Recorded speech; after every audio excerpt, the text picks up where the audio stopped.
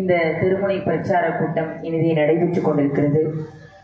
இதற்கு தலைமையேற்றிருக்கின்ற அன்பு அண்ணன் பைரோஸ் கான் மேரூர் இளைஞரணி அமைப்பாளர் அவர்களுக்கும் மற்றும் முன்னிலை வைத்துக் கொண்டிருக்கின்ற முகமது யூசுப் அவர்களுக்கும், முகமது அசத் அவர்களுக்கும், ஃபரீத் அஸ்லம் அவர்களுக்கும், ஜெயபிரகாஷ் அவர்களுக்கும், சுல்தான் நிசார் அகமது அவர்களுக்கும், முகமது சதாம் அவர்களுக்கும், வரவேற்புரை ஆற்றியிருக்கக்கூடிய என் அன்பண்ணன் பொற்கோ மாவட்ட இளைஞரணி துணை அமைப்பாளர் அவர்களுக்கும், பேசி சென்றிருக்கின்ற அன்பு தங்கை தலைமை கழக பேச்சாளர் சந்தியா அவர்களுக்கும், மாண்புமிகு கூட்டுறவுத்துறை அமைச்சர் சிவகங்கை மாவட்ட கழக செயலாளர் கே பெரியகருப்பன் அவர்களுக்கும், மானாமதுரை சட்டமன்ற உறுப்பினர் முன்னாள் அமைச்சர் தமிழரசி ரவிக்குமார் அவர்களுக்கும், தொகுதி பொறுப்பாளர் KRN போஸ் அவர்களுக்கும், பேரூர் கழக செயலாளர் பேரூராட்சி தலைவர் அன்பன் அஜுமுதீன் அவர்களுக்கும், பேரூராட்சி துணைத் தலைவர் அன்பன் இப்ராஹிம் அவர்களுக்கும், மாவட்ட ஒன்றிய பேரூர் கழக நிர்வாகிகள், பேரூராட்சி கவுன்சிலர்கள், மாவட்ட ஒன்றிய பேரூர் கழக சார்பு நிர்வாகிகள், அனைத்து ஒன்றிய பேரூர் கழக செயலாளர்கள் மற்றும் கழக உடன்பிறப்புகள் அனைவருக்கும் என் அன்பிற்கினிய வணக்கத்தை தெரிவித்துக் கொள்கிறேன். மேலும் அன்பிற்கினிய அப்பா முன்னாள் சட்டமன்ற உறுப்பினர், ஒன்றிய செயலாளர் இளையான்குடி வடக்கு பேரன்பிற்கும் பெரிய மரியாதைக்கும் உரிய அன்பு அப்பா மதியரசன் அவர்களுக்கும்,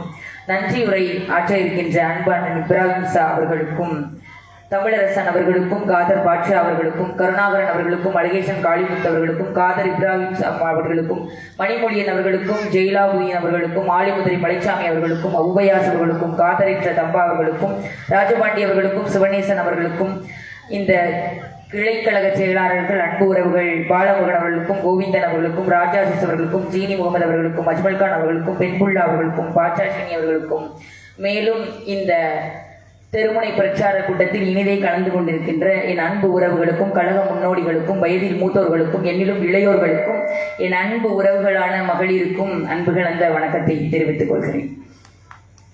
தேடி சோறு நிதம் தின்று பல சின்னஞ்சிறு கதைகள் பேசி மனம் வாடி துன்பமிகு உழன்று பிறர் வாட பல செயல்கள் செய்து கொடுங்கூற்றுக்கிறையனப்பின் மாயும் பல வேடிக்கை மனிதரைப் போலே நான் வீழ்வேன் என்று நினைத்தாயோ என்று பாரதியினுடைய வாய்மொழியை நெஞ்சில் தாங்கி இந்த நேரம், இந்த நிமிடம், இந்த காலம் யாரை பற்றி பேசிக் கொண்டிருக்கின்றோம்? திராவிட முன்னேற்ற கழகத்தினுடைய முத்தமிழறிஞர் கலைஞர் அவர்களினுடைய 102வது பிறந்த நாள் விழா கொண்டாட்டம்.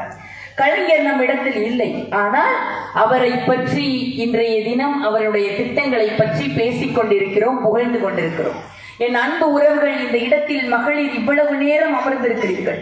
எனக்கு வயதில் மூத்தோர்கள் அமர்ந்திருக்கிறீர்கள். உடல் உபாதைகள் 1000 இருக்கும். இருந்தாலும் அதையெல்லாம் தாண்டி வீட்டில் பிள்ளைகள் இருப்பார்கள், வீட்டில் உணவுகள் செய்ய வேண்டும். அதையெல்லாம் கடந்து நாளைய தலைமுறைக்காக என் அன்பு உறவுகள் இங்கு அமர்ந்திருப்பவர்களுக்கு முதலில் என்னுடைய நன்றியை தெரிவித்துக் கொள்கிறேன். முதலில் கலைஞரை பற்றி சொல்ல வேண்டும்.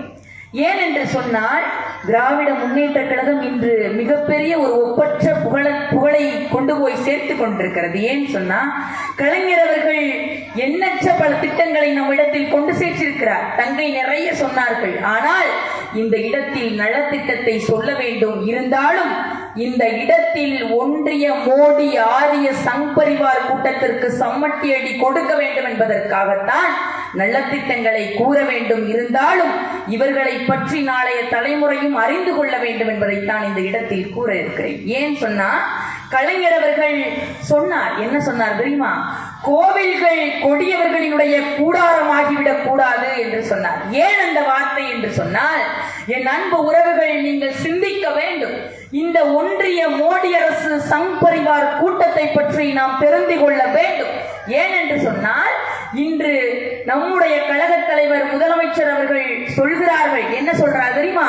சட்டமன்றத்தில் பேசுகிறார், எனக்கு மேலே பாம்பு தொங்கிக் கொண்டிருக்கிறது, எனக்கு பக்கத்தில் மிகப்பெரிய அகழி இருக்கிறது, மிகப்பெரிய நெருக்கடிகளை இந்த ஒன்றிய மோடி அரசு எனக்கு கொடுத்து கொண்டிருக்கிறது, பிள்ளைகள் இந்த மூவர் உட்கார்ந்து இருக்கிறார்கள், இது போல இன்னும் எண்ணற்ற பிள்ளைகள் இந்த புதூரில் இருந்து கொண்டிருப்பார்கள், இவர்களுக்கு கல்வியை மறுக்க பார்க்கிறார்கள் இந்த மோடி அரசு. என்ன செய்கிறார்கள் தெரியுமா? எங்க கொண்டு வந்து உங்களுக்கு நான் தொடக்க புள்ளியை வைத்து அழிக்க நினைக்கணும்னு இந்த மோடி அரசு நினைக்குதுன்னா, நீட்டுன்னு உன்னை கொண்டு வந்து அனிதா என்ற பிள்ளையை நெருப்பு குழியில் தள்ளியது இந்த மோடி அரசு. ஒண்ணுமே செய்யலங்க. நம்முடைய அனிதா என்ற பிள்ளை அரியலூர் கிராமத்தில் பிறந்து மருத்துவ படிப்பு படிக்கணும்னு ஒரு ஆசை. விறகடுப்புல சமைத்து கொண்டு அந்த புகையை அதுவே சமைத்து அதுவே எல்லாம் பண்ணி அந்த படிப்பையும் அடியே படித்து மருத்துவ படிப்பு படித்து எண்ணற்ற ஒரு வயதில் முதிர்ந்தவர்களுக்கு நான் எப்படியாவது மருத்துவம் பார்க்கணும் படிக்க இருந்த பிள்ளையை நெருப்பு குழியில் பொசுக்கியது இந்த மோடி அரசு. நீட் என்ற தேர்வை கொண்டு வந்து நீங்கள் என் பிள்ளைகளினுடைய மருத்துவ படிப்பை நெருப்புல போட்டு புதைக்குது. ஏன் தெரியுமா? நம் பிள்ளைகள் மருத்துவர் ஆகக்கூடாது, பொறியாளர்கள் ஆகக்கூடாது. இவர்களுக்கு என்ன நோக்கம் தெரியுமா? இந்த ஆரிய சங் பரிவார் கூட்டத்தினுடைய நோக்கம் என்ன தெரியுமா? நாம் ஏற்றத்தாழ்வுகளை கடந்து ஒற்றுமையோடு வாழ்ந்து கொண்டிருக்கிறோம். ஆனால் இவர்களினுடைய நோக்கம் நம்ம மோடி என்று சொல்கிறோம், மோடி அல்ல, மோடிக்கு மேலே RSS என்ற ஒரு இயக்கம் இருக்கிறது பாருங்க. 3 முறை தடை செய்யப்பட்ட இயக்கம். என் அன்பு மகளிர் எல்லாம் உட்கார்ந்து இருக்கிறீங்க. இவங்களுடைய நோக்கம் என்ன தெரியுமா? 3 முறை தடை செய்யப்பட்ட இந்த RSS என்ற இயக்கம், இந்த மோடி, இந்த கார்ப்பரேட்ல இருக்கக்கூடிய அம்பானி அதானியுடைய கைப்பாவையாக இருக்கிறார். மேல இருந்துகிட்டு நம்மளை என்னவெல்லாம் செய்ய வேண்டும் என்று இந்த RSS என்ன சொல்கிறதோ, அந்த தடை செய்யப்பட்ட இயக்கம் என்ன சொல்கிறதோ அதை இந்த மோடி இங்கே செய்து கொண்டிருக்கிறார். அதனுடைய நோக்கம் என்ன? கலைஞர் சொன்னார் பாருங்க, கோவில்கள் கொடியவர்களினுடைய கூடாரமாகிவிடக் கூடாது என்று. எடுத்துக்காட்டிற்கு ஒன்று சொல்கிறேன். ஆசிஃபா என்ற குழந்தைங்க, இது மாதிரி ஒரு குழந்தை, அந்த ஆசிஃபா என்ற குழந்தை ஒரு குதிரை ஓட்டியினுடைய மகள்ங்க. மாலை நேரத்தில் தன்னுடைய அப்பா குதிரை ஓட்டுவதற்காக புல்களை மேய்க்க செல்வதற்காக ஒரு இடத்திற்கு போவார். அந்த இடத்திற்கு ஆசிஃபாவும் சென்று கொண்டிருக்கும் பொழுது ஆசிஃபா அந்த குதிரை ஒரு பக்கம் செல்ல, அந்த பிள்ளை அங்கு விளையாடி கொண்டிருந்த பிள்ளையை காணவில்லை. அந்த பெற்றோர்கள் தேடுகிறார்கள், நம் பிள்ளையை காணவில்லை காணவில்லை என்று தேடுகிறார்கள். 1 நாட்கள் 2 நாட்களாக நம் பிள்ளையை தேடவில்லை. ஏன்? எல்லா இடத்திலும் தேடி அவர்கள் அந்த கோவிலை ஏன் விட்டார்கள் தெரியுமா? அந்த கோவில் ஒரு புனிதமான இடம், அங்கு எங்கு நம் பிள்ளைகள் எதுவும் ஆயிருக்க போகிறது என்று சொல்லி அந்த கோவிலுக்குள்ள மட்டும் தேடலுங்க. எல்லா இடத்திலும் பிள்ளையை தேடுகிறாங்க, காணா. ஆனால் அந்த கோவிலுடைய கருவறைக்குள்ள அந்த பிள்ளையை, என்ன காரணம் தெரியுமா? அந்த பிள்ளை ஒரு இஸ்லாமிய வகுப்பை சேர்ந்த ஒரு பிள்ளை என்பதற்காக இந்த கொடியவர்கள் அந்த பிள்ளையினுடைய முதல் நாள் அந்த 2 கைகளையும் கட்டி அந்த எலும்புகளை உடைத்து அந்த பிள்ளை அம்மா அப்பா என்று எப்படி கதறி இருக்கும். இந்த கும்பல்கள் ஏற்றத்தாழ்வற்று ஒற்றுமையோடு வாழ்ந்து கொண்டிருக்கக்கூடிய இந்த சமுதாய பூமியில் இந்த கொடியவர்கள் என்ன செய்தார்கள் தெரியுமா? சித்திரவதை செய்து எங்கு சென்று ஒளித்து வைத்து அவளை கொலை செய்தால் நாம் தேட மாட்டோம் என்பதற்காக வன்முறை என்ற ஒற்றை நோக்கோடு இவர்கள் கொண்டு போய் அந்த பிள்ளையை கொடூரத்தனமாக கொன்றார்கள். இன்று வரையும் இந்த ஒன்றிய ஆரிய சங்கி கூட்டத்திற்கு சொல்லுகிறேன், ஆசிஃபாவினுடைய ஆன்மா உங்களை சும்மாவே விடாது என்பதை இந்த இடத்தில் நான் உரக்க கூறிக்கொள்கிறேன். யாருக்கு நீங்கள் சட்டம் கொண்டு வருகிறீர்கள்? என்னுடைய இஸ்லாமிய பெருமக்களுக்கு நாங்கள் ஒற்றுமையோடு வாழ்வதற்கு CAA ஒரு சட்டத்தை நீங்க கொண்டு வரீங்க, குடியுரிமை திருத்த சட்டத்தை கொண்டு வருகிறார். யாருக்கு யார் குடியுரிமை? உங்களுக்கு இந்த சட்டத்தில் இடமில்லை என்று பேசுகிறார்கள். முத்தமிழறிஞர் கலைஞரை ஏன் போற்றுகிறோம் புகழுகிறோம் என்று சொன்னால், அவர் அந்த இடத்தில் சொல்கிறார், இங்கு இவர்கள் இடமில்லை என்று சொல்லலாம், என் நெஞ்சத்தில் உங்களுக்கு என்றும் இடம் உண்டு என்று இடஒதுக்கீட்டில் மிகப்பெரிய ஒரு சட்டத்தை கொண்டு வந்தவர் தான் நம்முடைய முத்தமிழறிஞர் கலைஞர். யாருக்கு நீங்கள் ஒவ்வொரு நாளும் ஒவ்வொரு தலைவராக மாறிக்கொள்கிறீர்கள்? இந்த ஆரிய சங்கி கூட்டம் BJPல அண்ணாமலை வந்தா வேல் யாத்திரை போறோம் சொல்றீங்க, இன்னைக்கு நயினார் நாகேந்திரன் வந்த உடனே வேல் முருக மாநாடுன்னு சொல்லி மதுரையில போடுறீங்க. என்ன பேசுகிறீர்கள் நீங்கள்? தங்கை சொன்னார்கள் இது ஒரு அரசியல் மாநாடு என்று. அங்க இருந்து கொண்டு இந்த அடிமை அதிமுக போய் அங்க நின்றுகிட்டு இருக்கு. இந்த எடப்பாடி பழனிசாமியில இருந்து இங்கிட்டு இருக்கக்கூடிய முன்னாள் அமைச்சர்கள் பூரா அங்க உட்கார்ந்து கொண்டு யாரை பேசுகிறார்கள் தெரியுமா? தரக்குறைவா தந்தை பெரியாரை பேசுகிறார்கள், பேரறிஞர் அண்ணாவை பேசுகிறார்கள்.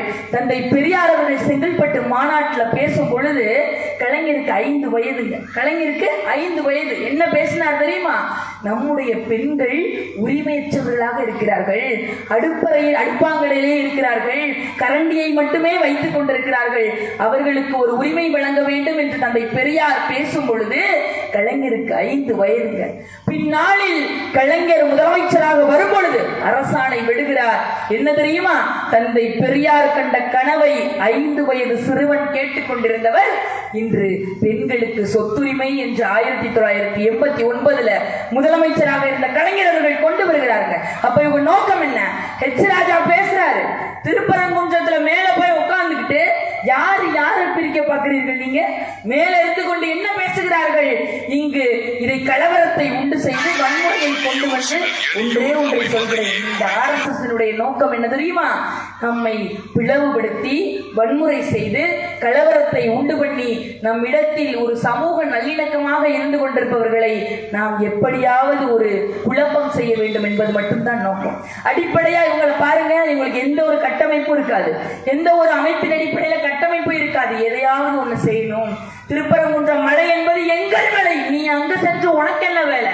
அங்க இருந்து கொண்டு நம்முடைய பாரம்பரியமாக நாங்கள் அண்ணன் தங்கைகளாக, மச்சான்களாக, அண்ணன் தம்பி தங்கை என்று ஒன்றிணைந்து நாங்கள் பழகி கொண்டிருக்கக்கூடிய காலத்துல இந்த மேல போய் நின்றுட்டு காவி கூட்டங்கள் எல்லாம் வாங்கன்னு சொல்லி ஒன்றிணைந்து கூட்டம் சேர்ந்து ஒரு கலவரத்தை உண்டு செய்த கூட்டம் தான் இந்த ஒன்றிய பிஜேபி மோடி அரசு. இவர்களுக்கெல்லாம் சம்மட்டி அடி கொடுத்ததுதான் திராவிட முன்னேற்ற கழகம். திராவிட மாடல்னா என்ன, திராவிட மாடல்னா என்னன்னு கேட்கிறாங்கல்ல. வேலை வாய்ப்பாக இருக்கட்டும், சுகாதாரத்துவமாக இருக்கட்டும், சகோதரத்துவமாக இருக்கட்டும், ஒரு பொருளாதாரமாக இருக்கட்டும், எல்லாவற்றாலும் வலுப்பெற்ற இந்த ஒன்றிய அரசு, இந்த அரசியலமைப்பு சட்டத்தால் வலுப்பெற்ற ஒன்றிய அரசு ஒண்ணுமே சாதிக்க முடியாதத தமிழ்நாடு என்று ஒற்றை மாநிலமாக சாதித்திருக்கிறது. யாரு? நம்முடைய முதலமைச்சர் முத்துவேல் கருணாநிதி ஸ்டாலின் அவர்கள் அதை சாதித்து காட்டியிருக்கிறார். தமிழ் மொழியை அழிக்க வேண்டும் நினைக்கிறது ஒன்றிய மோடி அரசு. அந்த தமிழ் மொழியை, தொன்மை வாய்ந்த மொழியை, ஒரு பிணம் இங்க கிடக்குதுங்க, அடிபட்டு சிதைந்து கிடக்கிறது ஒரு பிணம். அந்த பிணத்தை நம்மளால அடையாளம் கண்டு முடியாது. ஏன் சொல்லுங்க? அதனுடைய முகம் சிதைந்து கிடந்திருந்தா அந்த முகத்தை, சிதைந்து கிடக்கக்கூடிய முகத்தை நம்மளால அடையாளம் காண முடியாது. அது போல இந்த ஒன்றிய மோடி அரசு நினைக்கிறது என்ன தெரியுமா? எப்படி தமிழ் தொன்மை வாய்ந்ததாக இருக்கிறது, இலக்கணம் இருக்கிறது, இலக்கியம் இருக்கிறது, புதினம் இருக்கிறது, நாவல்கள் இருக்கிறது, பதிற்றுப்பத்து, பரிபாடல், நான்மணிக்கடிகை, திருக்குறள், மனோன்மணியம், அப்பாடி எவ்வளவு ஒரு இந்த தமிழுக்கு ஒரு மிகப்பெரிய ஒரு ஒப்பற்ற இருக்கின்றது. இது குஜராத்தில் இல்லையே, மராட்டியத்தில் இல்லையே, அவங்க ஆட்சி செய்யக்கூடிய எந்த மாநிலத்திலும் இல்லை. எந்த மாநிலத்திலும் கல்வி பின்தங்கிய நிலையில் இருக்கிறது. காரணம் என்ன? மதக்கலவரத்தை தூண்டுவது மட்டும்தான் இவங்களுடைய நோக்கம். ஹெச் ராஜா பேசுறாரு, மாண்புமிகு ஒரு நீதிமன்றம், நீதிமன்றம், அந்த நீதிமன்றத்தை சொல்கிறார். அந்த வார்த்தையை சொல்வதற்கு என் வாய் கூசுகிறது, இருந்தாலும் சொல்கிறேன், இந்த இடத்தில் இதை பதிவு செய்ய வேண்டும். ஹெச் ராஜா சொல்கிறார், நீதிமன்றமாவது மயிராவது என்று சொன்னார். ஆனால் அப்படிப்பட்ட ஒரு மனிதர் எல்லாம் இங்கு வாழ்கிறார் என்று சொன்னார். என் உறவுகள், உங்கள் ஒவ்வொருவரிடத்திலும் சொல்கிறேன், முதலமைச்சர் வாழ்வாங்கு வாரத்தில் கொண்டு போய் சேர்க்க வேண்டும். அப்பொழுதுதான் இந்த மோடி அரசிற்கு நாம் சம்மட்டி அடி கொடுக்க முடியும். இவர்களுடைய நோக்கம் என்னவாக இருக்கிறது? என்னவாக இருக்கிறது? முருகனுடைய மாநாடு என்று ஒரு பெயரை சொல்லி தந்தை பெரியார், பேரறிஞர் அண்ணாவை பற்றி மிகவும் இழிவாக பேசுகிறார்கள். அதற்கு ஏதாவது ஒன்று பேச முடிந்ததார்களா? அண்ணாவினுடைய பெயரை நீங்கள் கட்சிக்கு மேல வச்சிருக்கீங்க, கொடியில் அண்ணாவை தாங்கிக் கொண்டிருக்கிறீர்கள். எப்படிப்பட்ட கொள்கைவாதியை உங்கள் இடத்தில் வைத்துக் கொண்டு இந்த அடிமை அதிமுக மோடி என்னென்ன சதிகார திட்டங்களை கொண்டு வந்தார். நீட் தேர்வை கொண்டு வந்தாங்க. இன்னைக்கு அங்க இருக்கக்கூடிய வட மாநிலத்தில் ஒரு பையனை கைது செஞ்சிருக்காங்க. ஏன் தெரியுமா? ஏன் கைது செய்திருக்கிறார்கள் தெரியுமா? அந்த பையன் 12ஆம் வகுப்புல தோல்வி அடைஞ்சிட்டான். 12ஆம் வகுப்புல தோல்வி. ஆனால் நீட் தேர்வு எழுதி இருக்கிறான். நீட் தேர்வு எழுதி அவன் முடிவுகள் வருவதற்கு 6 மணி நேரங்க. 6 மணி நேரத்திற்கு பேச்சுவார்த்தை நடக்குது. என்ன தெரியுமா? 6 மணி நேரத்திற்கு பேச்சுவார்த்தை நடக்கிறது. அந்த பெற்றோர்கள் இந்த ஆரிய சங்கி கூட்டத்திடம் சொல்கிறார்கள், அந்த ஏஜென்ட்டுகளாக வேலை செய்பவர்களிடத்தில் சொல்லுகிறார்கள், என் மகன் 12ஆம் வகுப்பில் தோல்வியடைந்தாலும் பரவாயில்லை, என் மகன் நீட் தேர்வில் தேர்ச்சி அடைய வேண்டும், அதற்கு என்ன வேண்டுமானாலும் நாங்கள் செய்ய தயார் என்று சொல்லி 90 லட்சம் பேரம் பேசுகிறார்கள். 90 லட்சம் பேரம் பேசி 12ஆம் வகுப்பில் தோல்வியடைந்த பையன் எப்படி நீட் தேர்வில் மெரிட்டில் தேர்வாகி மிகப்பெரிய அளவில் ஒரு மருத்துவராக முடியும் சொல்லுங்க? அந்த வேலை வடமாநிலத்தில் நடந்து கொண்டிருக்கிறது. அது அந்த ஊழல் வெளிப்பட்டு இன்று அந்த பையன் கைது செய்யப்பட்டிருக்கிறான். அப்பொழுது நீட் தேர்வு என்பது தகுதியற்ற மருத்துவர்களை தேர்வு செய்கிறது. என் அன்பு உறவுகள், இளைஞர்கள் இங்க இருக்கிறீங்க. நாம் விளையாட்டாக நாம் இந்த நேரத்தையோ இந்த நிமிடத்தையோ கடந்து செல்ல கூடாது.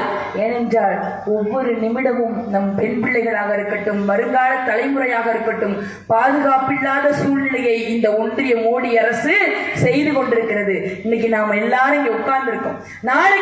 நாளைய தலைமுறைகளுக்கு ஒரு அரணாக, காப்பானாக, தந்தையாக, தாத்தாவாக இன்று நம்முடைய கழக தலைவர் முதலமைச்சர் முத்துவேல் கருணாநிதி ஸ்டாலின் நம்மோடு இருக்கிறார். மகளிர் உரிமை தொகை திட்டம், நம்ம பெண்கள் எல்லாம் இருக்கும், உரிமை என்ற வார்த்தையே இருக்காது.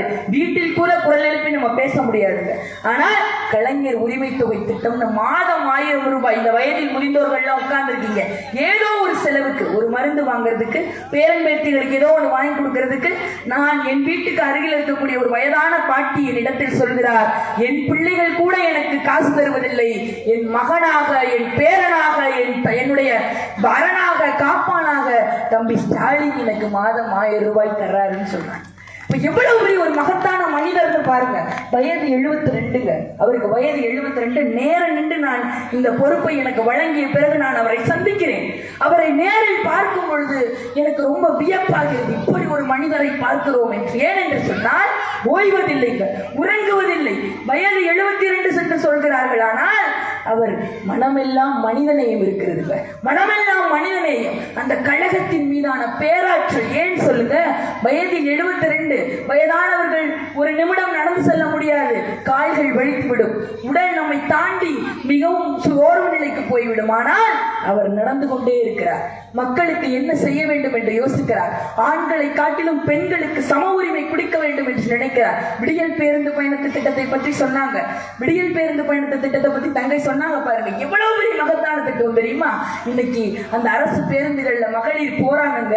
அவங்க சொல்கிறார்கள், நான் என் பிள்ளைகளுக்காக அந்த வளையல் கடையில வேலை செய்கிறேன், நான் என் புருஷனை காப்பாத்துறதுக்காண்டி அந்த ஜவுளி கடையில வேலை செய்யறேன்னு பெண்கள் ஒரு இடத்திலிருந்து இன்னொரு இடத்திற்கு குடும்பத்திற்காக வேலைக்கு போறாங்க. சித்தாள் வேலை செய்யறவங்க, கொத்தனார் வேலை செய்யற பெண்கள் போகும்போது அந்த போக்குவரத்துக்கு கொடுக்குறாங்க பாருங்க செலவு.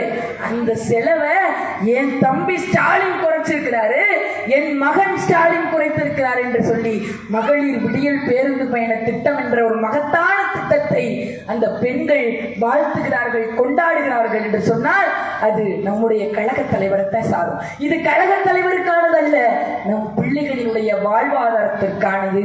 இந்த காலை உணவு திட்டத்தை சொன்னார்கள். நம்ம மக்கள் எல்லாரும் கிராமத்துக்கு போய் பார்த்தீங்கன்னா தெரியும், இன்னும் நலிவடைந்த கிராமங்கள்லாம் இருக்குங்க. காலையில் விறகு வெட்ட போவாங்க. அந்த கருவ விறகுகள்லாம் வெட்டுறதுக்கு சோர்வடைஞ்சு போய் நிறைய வேலைகளுக்கு, அன்றாட கூலி வேலைகளுக்கு பெண்கள் காலையிலே போயிடுவாங்க. அப்படி இருக்கக்கூடிய பெண்களுக்கு காலையில உணவு செய்ய முடியாது. பிள்ளைகள் காலையில போய் படிக்கணும், இருந்தாலும் செய்ய முடியாம எத்தனையோ காலைகள் பட்டினியாக பிள்ளைகள் போயிருக்கும். இருந்தாலும் எந்த முதலமைச்சர் இதை யோசிப்பார்னு பாருங்க. அப்படிப்பட்ட முதலமைச்சர் என்ன யோசிக்கிறார் தெரியுமா? நீ போய் படி, நான் இருக்கிறேன் உனக்கு தாத்தாவாக, நான் இருக்கிறேன் உனக்கு அப்பாவாக, எல்லா உறவாகவும் உனக்கு ஒரு காப்பானாக நான் இருக்கிறேன். நீ போய் படி, நான் உனக்கு காலை உணவை தருகிறேன், நீ சோர்வடையாமல் சென்று போய் படி. உன் தம்மா, நான் தாயாக நேசிக்கக்கூடிய, தங்கையாக நேசிக்கக்கூடிய ஒவ்வொரு பெண்ணும் எந்த ஒரு இடத்திலும் சோர்வடைந்து விடக்கூடாது என்று சொல்லி பெண்களுக்காகவே திட்டங்களை கொண்டு வந்தவர் நம்முடைய திராவிட முன்னேற்ற கழகத்தினுடைய அரசு. நான் ஒரு பெருமைக்காக சொல்லவில்லைங்க. தங்கை சொன்னாங்க அரசு பள்ளியை பற்றி. அரசு பள்ளியில சேர்க்கறதுக்கு ஒரு காலத்துல ரொம்ப ஒரு இதா இருக்கும். அரசு பள்ளியில யாருமே இருக்க மாட்டாங்க, எல்லாரும் தாலி பாசி அடகு வைத்தாவது சிபிஎஸ்இ பள்ளி என்று தனியார் பள்ளி என்று சேர்த்து கொண்டிருக்கக்கூடிய காலத்துல இன்னைக்கு அரசு பள்ளியினுடைய பிள்ளைகள் சாறை சாறையாக போகுது. ஏன் தெரியுமா? புதுமை பெண் திட்டங்க. என்ன சொன்னார் தெரியுமா? அரசு பள்ளியில யாருமே சேர மாட்டேங்கிறாங்க, யாருமே இல்ல, எல்லாரும் ஒரு தனியார் பள்ளி தான் பெருமை என்று அங்க கொண்டு போய் சேர்க்கக்கூடிய காலத்துல தலைவர் என்ன சொன்னார் தெரியுமா? என்ன சொன்னார் தெரியுமா? என் பிள்ளைகள் அரசு பள்ளியில் 6ஆம் வகுப்பில் இருந்து 12ஆம் வகுப்பு வரை படித்தால் நீ கல்லூரிக்கு போ, நான் மாதம் உனக்கு 1000 தருகிறேன் மேற்படிப்புக்கு என்று சொன்னவுடன் நம் பிள்ளைகள் எல்லாம் அனைவரும் அரசு பள்ளியில போய் சேர்ந்தாங்க. நம்முடைய மாணவர்கள் போய், ஏன் பொம்பளை பிள்ளைங்களுக்கு மட்டும்தான் தருவீங்களா, எங்களுக்கு தர மாட்டீங்களா, நாங்க அரசு பள்ளியில் படிக்க கூடாதா என்று கேட்கும் பொழுது, நீயும் படி, உனக்கு நான் தருகிறேன் மாதம் 1000 ரூபாய், கல்லூரிக்கு செல், கல்விதான் முக்கியம் என்று தமிழ் புதல்வன் திட்டம் என்று மாணவர்களுக்கு கொண்டு வந்தார். இப்படி ஒரு அழகியலான அரசு. நான் பெருமைக்காக சொல்லவில்லை, என்னால் தனியார் பள்ளியில் சேர்க்க முடியும் பிள்ளைகளை, என்னால் இந்த CBSE பள்ளியில் சேர்க்க முடியும் பிள்ளைகளை. ஆனால் நான் இந்த கொள்கையை நேசிப்பவள், நான் இந்த தந்தை பெரியார், பேரறிஞர் அண்ணா, முத்தமிழறிஞர் கலைஞர் இந்த திராவிட மாடல் அரசை நேசிப்பதால் என் பிள்ளையும் அரசு பள்ளியில தான் படிக்கிறேன். ஏன் தெரியுமா? இதை நான் பெருமைக்கு சொல்லவில்லை. இந்த ஒரு அழகியல் அரசு, இப்படிப்பட்ட பள்ளி கல்வித்துறை அமைச்சர் எந்த ஒரு நபருக்கும் அமைய மாட்டார்கள். ஏன்னா இந்த 11ஆம் தேதியிலிருந்து வாட்டர் பில் திட்டம்னு ஒரு திட்டத்தை கொண்டு வந்திருக்காங்க. என்ன தெரியுமா? ஒவ்வொரு நேரமும் பிள்ளைகளுக்கு மணி அடிக்கப்படும். அந்த மணி அடித்த பிறகு பிள்ளைகள் தண்ணீரை எடுத்து அருந்த வேண்டும். ஏனென்றால் தண்ணீர் என்பது இன்றியமையாதது, பல்வேறு நோய்களுக்கு ஒரு காப்பானாக இருக்கக்கூடியது என்று எண்ணி நம்முடைய பள்ளி கல்வித்துறை அமைச்சர் அன்பு அண்ணன் அன்பில் மகேஷ் பொய்யாமொழி அவர்கள் இந்த ஒரு திட்டத்தை கொண்டு வந்திருக்கிறார்கள். இப்படி ஒரு பள்ளி கல்வித்துறை அமைச்சர், இப்படி ஒரு அழகியலான அரசு, இப்படிப்பட்ட அரசின் கீழ், இந்த கொள்கைகளின் கீழ் என் பிள்ளையும் படிக்க வேண்டும் என்ற அன்பான எண்ணத்தில் என் பிள்ளையும் அரசு பள்ளியில் தான் படிக்கிறது. ஏனென்று சொன்னால் அந்த அளவில் மக்களாக இருக்கட்டும், பெண்களாக இருக்கட்டும், அரசு ஊழியர்களாக இருக்கட்டும், செவிலியர்களாக இருக்கட்டும், மாற்றுத்திறனாளிகளாக இருக்கட்டும், திருநங்கைகளாக இருக்கட்டும், எண்ணற்ற நபர்கள், கவிஞர்களாக இருக்கட்டும், கவிதையாளர்களாக இருக்கட்டும், திராவிட உட்பரிவார் கூட்டம் திட்டம் தீட்டிக் கொண்டிருக்கிறது. நாம் அதற்கு ஒருபோதும் இடம் கொடுக்க கூடாது. இவர்கள் நினைத்தாலும் தமிழ்நாட்டில் தாமரை மலரப்போவதே கிடையாது. நீங்கள் எத்தனை வேல் யாத்திரை சென்றாலும் சரி, நீங்கள் எத்தனை நடைபயணம் செய்தாலும் சரி, நீங்கள் உங்கள் வாணியில் எத்தனை ரத யாத்திரை செய்தாலும் சரி, இங்கு மதநல்லிக்கணமான இடத்தில் நீங்கள் ஒருபோதும் காலூன்ற முடியாது. திராவிட முன்னேற்ற கழகத்தினுடைய சிம்ம சொப்பனமான முத்துவேல் கருணாநிதி ஸ்டாலின் இருக்கும் வரை, அதன் பிறகு வருங்கால தலைமுறையினர்கள் திராவிட சித்தாந்தத்தை தூக்கி பிடித்து இந்த ஆரிய சங்பரிவார் கூட்டத்தை ஓட ஓட விரட்ட வேண்டும். ஏனென்று சொன்னால் நம் பிள்ளைகளினுடைய வாழ்வாதாரத்தை காவு வாங்குவதற்கான கூட்டம் இந்த ஒன்றிய பிஜேபி பாரதிய ஜனதா அரசு. மோடியினுடைய நோக்கம் நம்முடைய பண்பாடு, கலாச்சாரம், நாகரிகம். ஒப்பாரி பாட்டு பாடுவாங்க தமிழ்ல நம்ம கிராமத்துல. அந்த மனுஷன் செத்து போயிட்டாருங்க இங்க ஒரு வீட்டுல, காலையில இருந்து அவரை தூக்குற வரைக்கும் தமிழ்ல பாடுவாங்க பாருங்க ஒப்பாரி பாட்டு. அந்த கிராமத்துல இருந்து வேற கிராமத்துல இருந்து வந்தவங்க கூட அவரை பார்த்துக்க மாட்டாங்க. ஆனால் அவர் எப்படிப்பட்டவராக வாழ்ந்தார், எப்படிப்பட்டவராக அந்த மனைவியோடு அன்பாக இருந்தார், பிள்ளைகளுக்கு எப்படி உதவி செய்தார் என்று ஒரே பாட்டுல பாடி முடிச்சுடுவாங்க பாருங்க தமிழ்ல. நாட்டுப்புற கலைஞர். அந்த கலையெல்லாம் தமிழில் இருக்கிறது. மோடியினுடைய கண்கள் இதை உறுத்துகிறது. என் அன்பு உறவுகள், இஸ்லாமிய சொந்தங்கள், கிறிஸ்தவ சொந்தங்கள் அனைவருக்கும் நாம் ஒற்றுமையாக இருக்க வேண்டும் என்பதுதான் இவர்களிடத்தில் நாம் இவர்களுக்கு கொடுக்க வேண்டிய சம்மட்டியடி. எந்த நேரத்திலும் எந்த நிமிடத்திலும் முத்துவேல் கருணாநிதி ஸ்டாலின் என்பவர் இருக்கும் வரை, ஹிட்லர் ஒரு சர்வாதிகாரி இருந்தாருங்க சோவியத் யூனியன்ல, ஹிட்லர் ஒரு சர்வாதிகாரி இருந்தார், உங்களுக்கு தெரிந்திருக்கும், குறுகிய மீசை வச்சிருப்பார். அங்க இருக்கக்கூடிய மக்களை கொன்று குவித்து சித்திரவதை செய்தார். அதற்கு பேரே சர்வாதிகாரி தான். அப்படிப்பட்ட ஹிட்லரை யார் தாக்குனார் தெரியுமா? ஜோசப் ஸ்டாலின் ரஷ்ய புரட்சியாளர் தாக்குனாங்க. ஜோசப் ஸ்டாலின் போய் கேட்கிறாங்க. அப்ப சொன்னாரா, அவருடைய படைத்தளபதிகள்கிட்ட சொன்னாரா, இருங்க நம்ம அமைதியாக இருப்போம், நமக்கு ஒரு நேரம் வரும், அந்த நேரத்தில் மக்களை சித்திரவதை செய்கிற, கொன்று குவிக்கிற இந்த சர்வாதிகாரியான ஹிட்லரை வீழ்த்துவேன் என்று ஜோசப் ஸ்டாலின் அன்னைக்கு சொன்னாருங்க. இந்த மோடி எனக்கூடிய ஹிட்லரை வீழ்த்துவதற்கு எப்படி ரஷ்ய புரட்சியாளர் ஜோசப் ஸ்டாலின் ஹிட்லரை வீழ்த்தினாரோ, அதே போல இந்த மோடி எனும் ஹிட்லரை வீழ்த்துவதற்கு முத்துவேல் கருணாநிதி ஸ்டாலின் எனும் சிம்ம சொப்பனம் என்றும் நம்மோடு இருப்பார். நீ நிதி தராமல் இருந்தாலும், நீ எண்ணற்ற சதித்திட்டங்களுக்கு கையெழுத்திட்டாலும், எல்லைச்சாமியாக நம்முடைய கழக தலைவர் நம்மோடு இருப்பார். அன்பு உறவுகள், இளைஞர்கள், உங்களிடத்தில் சொல்கிறேன், இன்றைக்கு வந்துகிட்டு இருக்கக்கூடிய அணில் குஞ்சுகள், ஆமை குஞ்சுகள், பணமரம் ஏறன்னு ஒருத்தர் ஏறிட்டு இருக்க, அவங்க பேரெல்லாம் நான் சொல்ல விரும்பல, இந்த சபை நாகரிகம் கொட்டி போயிடும். பனைமரம் ஏறதுக்குன்னு பனைமரம் ஏறுறவங்களுக்கு தெரியும், நீங்க போய் கேட்டீங்கன்னா தெரியும். சவுக்கு மரத்தை கட்டி மேலே ஏறி முத நாளே அந்த மரத்தில் இருக்கக்கூடிய இதெல்லாம் அது கையில பட்ட கிழிச்சிரும். அதெல்லாம் தெரிந்து முத நாளே அதெல்லாம் மரத்துல ஏறினாங்க. அதெல்லாம் பார்க்கும் பொழுது சொல்றாரு ஒளிவாங்கில, கள்ளு குடிக்க வா என்று சொல்கிறார். என் அன்பு உறவுகள், திராவிட முன்னேற்ற கழகம் உங்களை படிக்க அழைக்கிறது. இது போன்ற ஒரு வாயில் வடை சொல்லக்கூடிய கூட்டங்கள் எல்லாம் கள் குடிக்கவா, மாடு மேய்க்கவா, மாடு மேய்க்கவா என்று கூட்டுகிறது. இவர்களின் பின்னால் நீங்கள் தயவு செய்து சென்று விடாதீர்கள். இன்னொருத்தர் அங்க திரையில நடனம் ஆடிட்டு உடனே ஒளிவாங்கிக்கு முன்னாடி வந்தோடனே நான் தான் முதலமைச்சர் பேச, இவர்களுக்கு சொல்கிறேன், நீங்கள் திராவிட முன்னேற்ற கழகத்தினுடைய வரலாற்று பக்கத்தை திருப்பி பார்க்க வேண்டும். மிசாவினுடைய வரலாற்றை இவர்கள் படித்து விட்டு இந்த திரையில நடனம் ஆடிட்டு இன்னைக்கு வந்து மயக்க பிடிச்சோடனே நான் தான் முதலமைச்சர் பேசுறாங்க பாருங்க. எந்த ஒரு கிளையிலும் கட்டமைப்பு தெரியாது. இந்த புதூர்ல இருக்கக்கூடிய கிளை செயலாளருக்கு தெரியும் எப்படி இந்த புதூரில் கட்டமைப்பை உருவாக்க வேண்டும், எப்படி ஆட்களை நம் கொள்கைகளை சொல்லி சேர்க்க வேண்டும் என்று இங்க இருக்கக்கூடிய ஒவ்வொரு கிளை செயலாளருக்கு தெரியும். இன்னைக்கு திரையில வந்து ஒவ்வொரு படத்திலையும் நடித்து விட்டு நீங்கள் ஆடிவிட்டு வந்த பிறகு நான் தான் முதலமைச்சர் என்று பேசுபவர்கள்லாம் இந்த புதூர் கிளை செயலாளர்கள் ஒவ்வொருத்தையும் வந்து பேசணும். எப்படி கட்டமைப்பை உருவாக்குவது என்று திமுகவில் உள்ள ஒவ்வொரு கிளை செயலாளர்களையும் இந்த புதூர்ல வந்து நீங்க எல்லாம் கற்றுக்கொள்ளணும். இன்று வந்து கட்டுக்குட்டிகளாக இருந்து கொண்டு இந்த பனைமரம் ஏறுறேன்னு சொல்லி பாச்சா காட்டுறது. பெண் பிள்ளை நான் 2 பிள்ளைகள் இருக்கிறார்கள். வீதி வீதியாக சாலை சாலையாக ஒவ்வொரு முடுக்குகளிலும் திராவிட முன்னேற்ற கழகத்தின் சித்தாந்தத்தை கொண்டு போய் சேர்க்கிறேன். ஏன் உங்களிடத்தில் சொல்கிறேன் தெரியுமா? ஒன்றை சொல்லி நான் நிறைவு செய்கிறேன். முதலாக எனக்கு பொறுப்பு அறிவித்தவுடன் கழக தலைவர் என்னிட்ட ஒன்னே ஒன்று சொன்னார். என்ன தெரியுமா? அவர் உயிரோடு வாழ்ந்து கொண்டிருக்கிறார், உயிரோடு நமக்கு திட்டங்கள் தீட்டிக் கொண்டிருக்கிறார், திராவிட முன்னேற்ற கழகத்தை தூக்கி நிறுத்துகிறார். ஆனால் அவர் என்னிடத்தில் சொன்ன வார்த்தை என்ன தெரியுமா? எல்லாரும் பொறுப்புகள் போட்டோட நேரில் சந்திக்கும் போது வாழ்த்துக்கள் சொல்லிட்டு விட்டுருவாங்க. ஆனா அவர் இடத்தில் என்ன சொன்னார் தெரியுமா? வாழ்த்துக்கள்மா, மக்கள் பணி சிறக்க வாழ்த்துக்கள். ஒன்றை கூறுகிறேன், திராவிட சித்தாந்தம் இட்டோடு முடிவடைந்து விடக்கூடாது. இளைய தலைமுறை பிள்ளைகள், துணை முதல்வருக்கு நீங்கள் உறுதுணையாக இருக்க வேண்டும் என்று என்னிடத்தில் கூறிய வார்த்தை. என் அன்பு இளைய தலைமுறை பிள்ளைகள், கருப்பு சிவப்பு என்பது கம்பீரமான கொடி.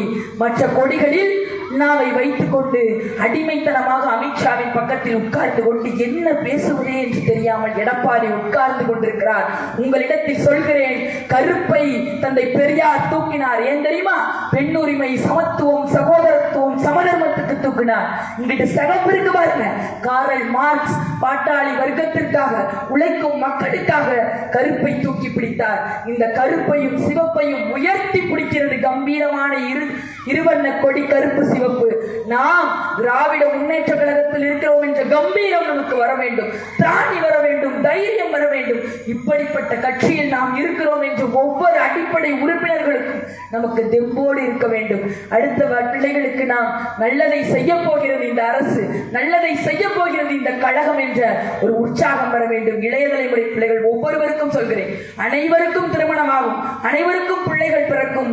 அவர்களுடைய வாழ்வு இந்த ஆரிய சங்பரிவார் கூட்டம் எப்படி ஆசிரிக்காவை கொன்று குவித்ததோ அது போன்ற விஸ்வகர்மா யோஜனா, நீட், நம்மை பிளவுபடுத்தும் முறை, இன்னும் என்னென்ன சதித்திட்டம் செய்து நம்மை பிளவுபடுத்தலாம் என்று மோடி நினைத்துக் கொண்டிருக்கிறார்.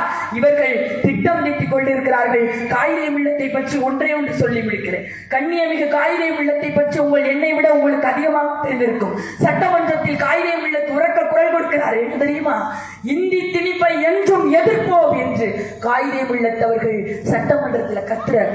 அப்ப அங்கிருந்து சொல்கிறார் ஒருவர், நீங்கள் ஒரு இஸ்லாமியர், நீங்கள் எதற்கு தமிழுக்கு வந்து இப்படி போராட வேண்டும், எதற்காக நீங்கள் இப்படி உரக்க குரல் கொடுக்க வேண்டும் என்று காயிதே மில்லத்தை கேட்கும் பொழுது காயிதே மில்லத் என்ன சொன்னார் தெரியுமா?